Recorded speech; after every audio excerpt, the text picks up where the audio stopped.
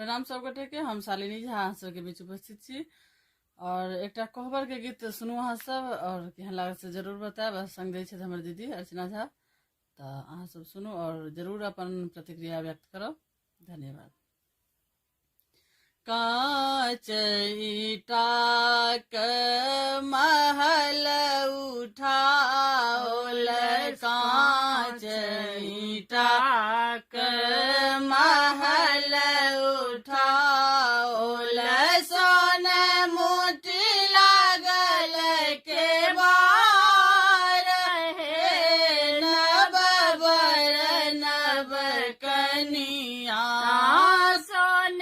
मोती लागल के बार हे, नव बर नव कनिया ताई को बरसुत गेला दुल्हा से सुंदर दुल्हा, ताई को बरसुत गेला दुल्हा से सुंदर दुल्हा, कन्या सुबे सो तू सुकुमारी है, नव बर नव कन्या, कन्या सुबे सो तू सुकुमारी है, नव बर नव कन्या, हाटे सुतो हटे बैसो ससुर जी के बेटिया,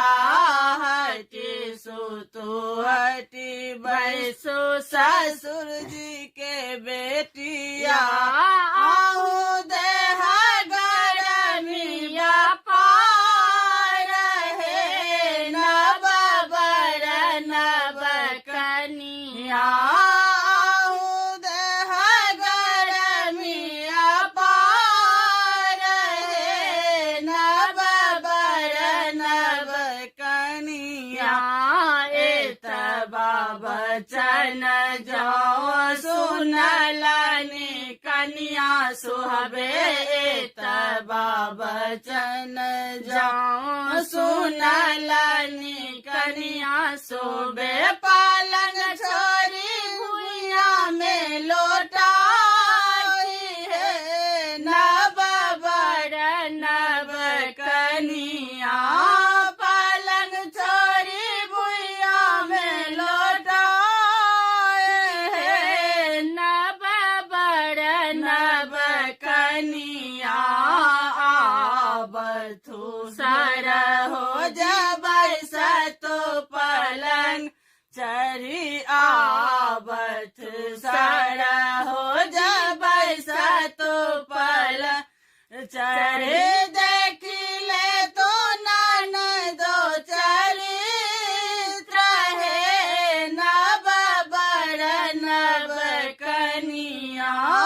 देखिले तो ननदो चरित्र है, नव बर नव कनिया,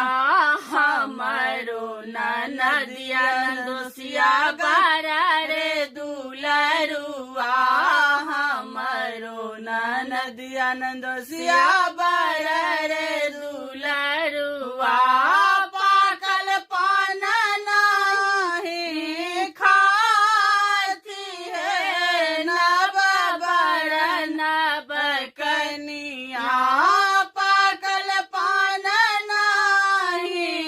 खाती है, नव बर नव कनिया, हमरो ननदिया प्रभु बर रे दुलरुआ, हमरो ननदिया प्रभु बर रे दुलरुआ, बात साहब नहीं जानती है, नव बर नव कनिया, बात साहब नहीं जानती है, नव बर नव कनिया, कांच ईटा